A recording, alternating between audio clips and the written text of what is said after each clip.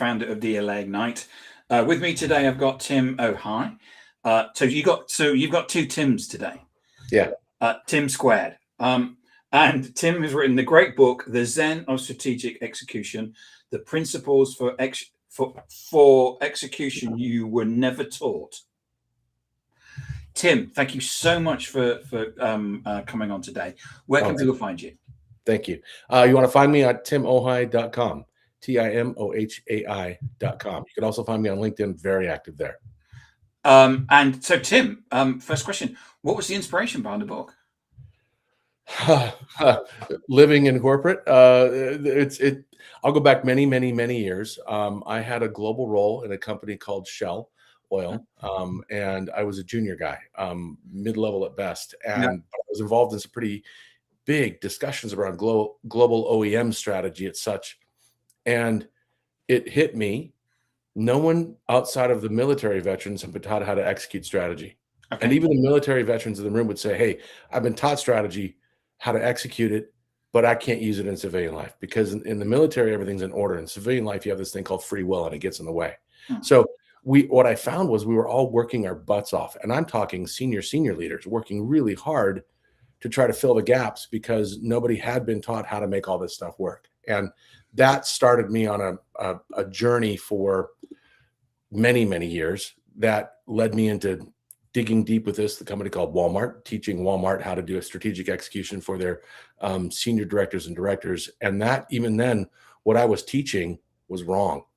And I say wrong, it was the best we had available to us.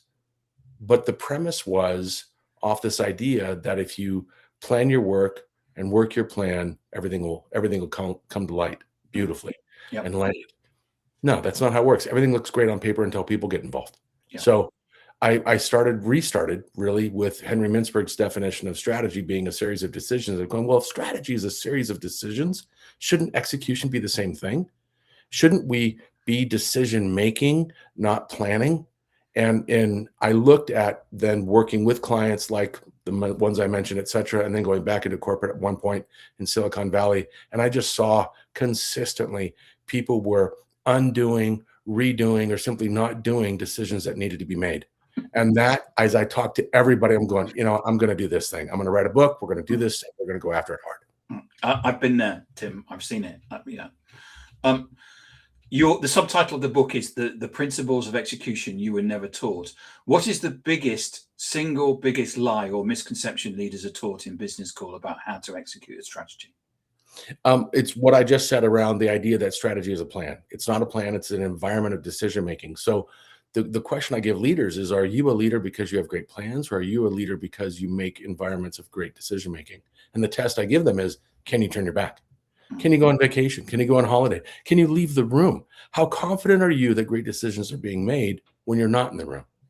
That is the test. And if you don't have confidence there, you might have something to learn. Yeah. Great point. You cited statistics showing that 65% of executives don't actually believe their own strategy will lead to success. If the leaders themselves don't buy into the plan, what are they actually doing when they launch it? They're hoping. It's pure hope. And hope is not a strategy, right? The old famous saying. But they're hoping this time will work. And I'm seeing it right now in 2026. Literally, people are working on their strategies, hoping this year will be better than last year. But everybody's working harder.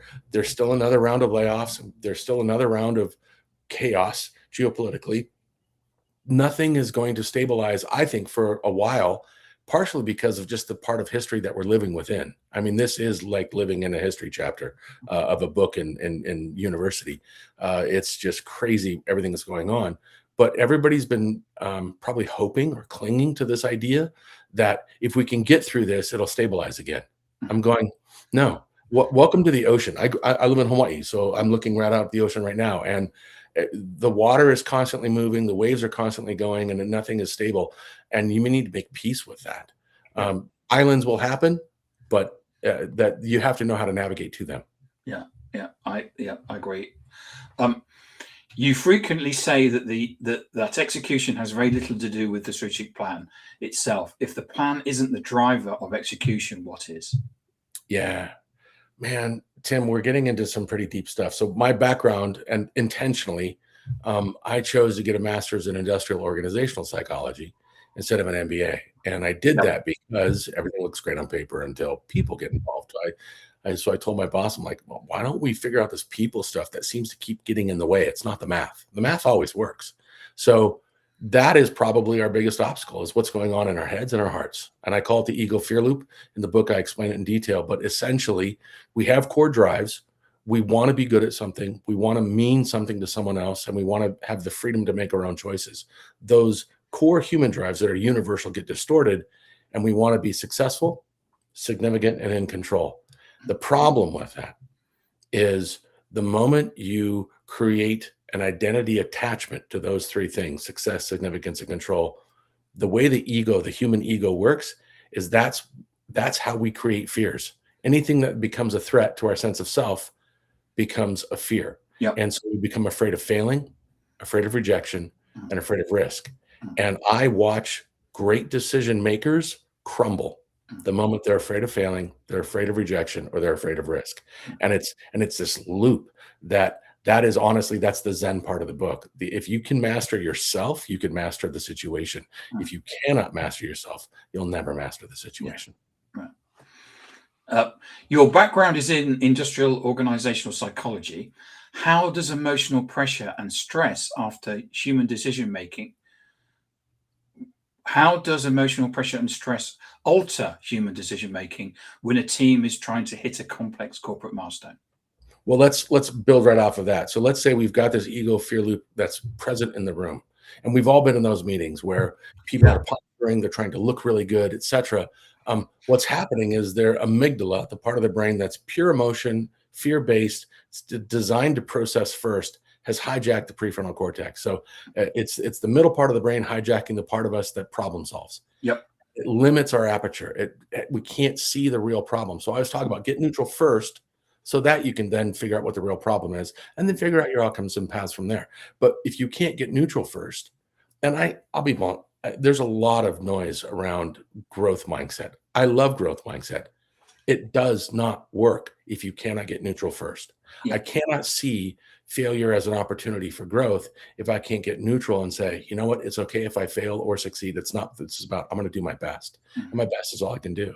So I walk through how to get people into that neutral state so that they can then make really positive outcomes. But if you can't get neutral, no, it's following that boss who's freaking out, or that commander who doesn't know how to handle a battlefield, or that screamer who lives in your house as a family member.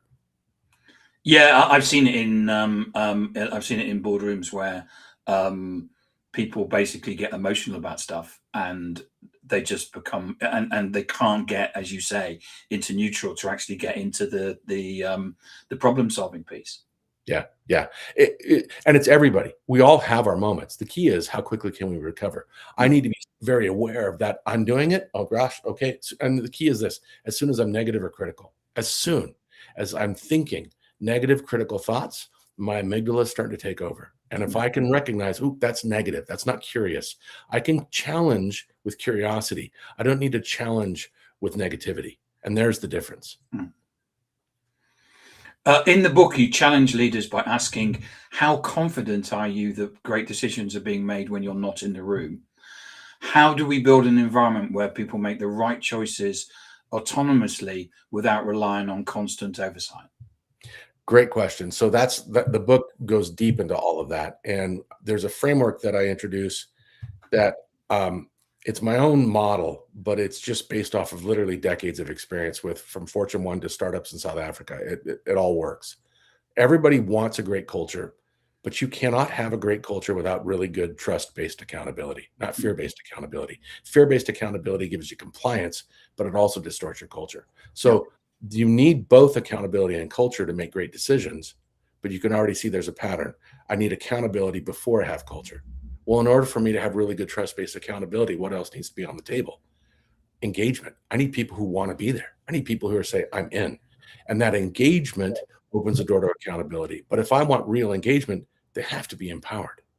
And so empowerment goes into the table as well. And so if I want empowered people to be engaged, be accountable, great culture, wonderful. What else is missing? The most important piece, and I mean the most important piece, is clarity. Yeah. I need to have clarity, because if I have clarity, when I empower, it won't get wasted. It won't turn dysfunctional.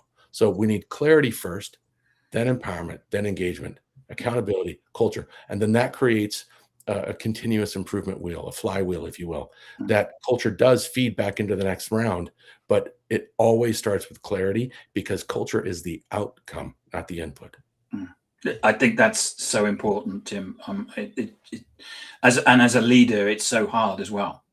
And again, none of us were taught this. How Yeah. many times as leaders have we gone to meetings, even meetings, and this, let's start with a culture moment. Okay, great. But how are we making decisions around here? Because there seems to not be enough clarity. And without that clarity, all of our decision making is now turning toxic. And so whether I intended that or not, now I have to be in the room to make sure a great decision is being made. Yeah. Yeah. Why did you choose the word Zen for the title? Too many Zen sounds peaceful and passive, whereas corporate execution is often viewed as aggressive and fast-paced. How do the two concepts merge? It was actually a trip I took last year to Japan. I went to Kyoto with my wife, Oh, and yeah. we went for sakura, for cherry blossom. Yeah. Bucket list moment. Oh my gosh, you've been, so you know. Yeah. And what a lovely place, right? It's beautiful place, beautiful It's people, fantastic. beautiful place. 400-year-old buildings plus. Yeah. And that's what hit me, was I'm walking these streets looking at the Zen of everything, the harmony, the perfection, the simplicity. And yet it was so complex, because the math involved to make something look like that is not simple.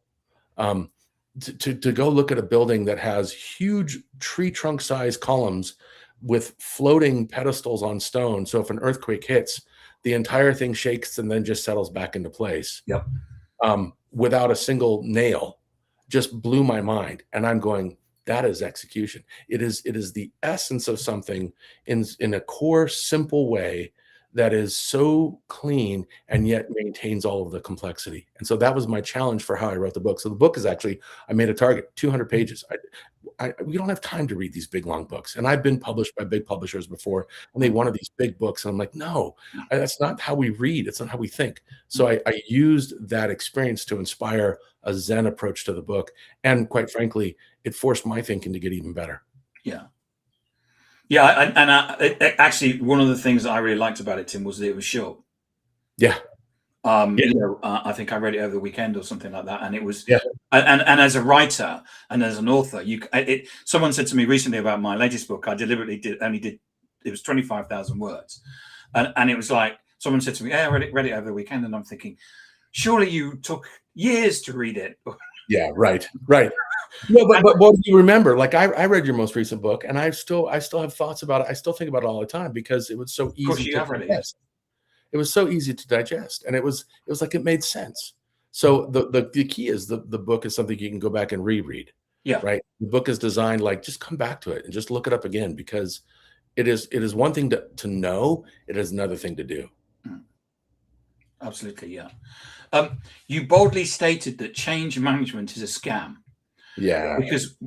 Because what people resist isn't change, but rather confusion and broken execution. Can you break down what leaders should be doing instead of traditional change management? Yeah, well, think about it. So most change management, and I've been a part of change management teams at big projects and companies, et cetera. And it's always, we're going to change the organization. We need you to make sure that the change is adopted. Okay. And then it launches. And it has been everything from really good change that was still tough for people to absorb because they weren't ready for it. And to be blunt, we all like change as long as we're in charge. It's when we're being changed is the problem. Yep. It's also usually, though, so poorly launched that it's all about playing whack-a-mole with everyone's emotions and say, calm down here, you should be fine, oh yeah, I know that entire group over there is now gone and all those desks are empty, but just look away, right? So there's all these dynamics going on, and none of it has to do with how we help people understand why decisions are made and what's going on. And again, change management requires, how do I say this? Somewhat of a manipulation of individual will. And it's always from the organizational view. Grant Van Olbrecht writes wonderfully about the idea that change needs to be written from the individual's view, not the organization's. And I even go one step further and I go, not just from the individual's view, it's just like, these are the decisions we are making as a group. What decisions can you make? And when we empower people with agency to make decisions, then all of a sudden realize, oh, the change makes sense. I don't need to be managed. I get why we did what we're doing. I understand where we're going. I don't have these open questions because you've provided clarity and you provided empowerment. I'll naturally engage. I'll naturally be accountable. And the culture will be stronger as a result. Without those elements, what is your change management? We are seeing companies rush to implement AI to solve efficiency and execution problems. You've warned that AI will actually accelerate organizational failures if the foundation is broken. How should leaders assess their true readiness before throwing technology at the problem? Wow, that is worthy of its own conversation. And we could it really is. 20 minutes doing How that. about throwing a spanner in the works, Tim? So let's start with this. AI wants to make its own decisions. It's designed to make its own decisions. It's designed to not implement like software. Software launches and then it just becomes normal. AI launches and continually improves itself. And it's designed to do that. If we don't have a great decision-making environment and we throw something with that kind of power into the environment itself, it will expose all of our poor decision-making. It will accelerate all of our poor decision-making, and it will even make bad decisions on its own. It's called decay. And AI will decay on its own just naturally, but it becomes even worse every time a human touches it, because now we're injecting our own undoing, redoing, and not doing the decision-making that need to be made into the AI as it processes, and it winds up producing stuff that's not on track. And I think there's a reason why, was it 95% of all companies that are implementing AI are getting zero impact? Zero. Yeah. It's not a software implementation. It's a way of thinking. And if you don't anchor the way of thinking to how you make great decisions, your thinking doesn't matter, because what you're doing is you're designing processes, and the processes don't work in real life. They never have, they never will. That's why we have humans that we pay them. Yeah. They fix it and make it work. In the book, you discuss how a Fortune 100 retailer rescued a struggling strategy by shifting power to local field leadership. What does that shift actually look like in practice, and what can smaller businesses learn from it? So I'll be a little more. I won't name the company, but it's very easy to figure who they probably were based on who I've said I've worked with. But they had, it was holiday season was approaching. They had to make a massive change in the operations in the local stores, and the guy sitting at headquarters just could not get the connection. People just weren't doing the change. It was a process change that involved how they did some merchandising, and the exercise was, Tim, I'm stuck. So we used the 5, 6, 7 principle that we talk about in the book, and we just said, let's 5, 6, 7 this. Let's just look for the 5% that'll get you 67% of the outcome that you're looking for. And the easiest thing you could do, the simplest, was pick up the phone and call the regionals. And so he did. He just started a phone campaign. I mean, you think about this large company, you think about the emails, the meetings, the top-to-top discussions, everything else. He just picked up the phone old-fashioned, and he just separated all the noise and went after just the 5%. And once he did that, the regionals understood why the change was happening. And I told them, let's inject the clarity that's needed so they understand why this is a priority. And literally within 30 days, the thing was implemented. It was done just in time for holiday season, and then it produced massive results for the company. But it's again, we talk about prioritization, and it's not what's a priority, it's what's not. So 95% of what we do gives you at best 33% of what you're looking for. That's the math. So knowing how to separate what needs to be done first and what needs to be done later, if done at all, is a critical skill that most of us don't even know how to do, because everything's important. So last question. If a leader listening to this interview realizes that their current strategy is currently unraveling, what is the first thing that they should do tomorrow morning to stop the bleeding? Grab my book.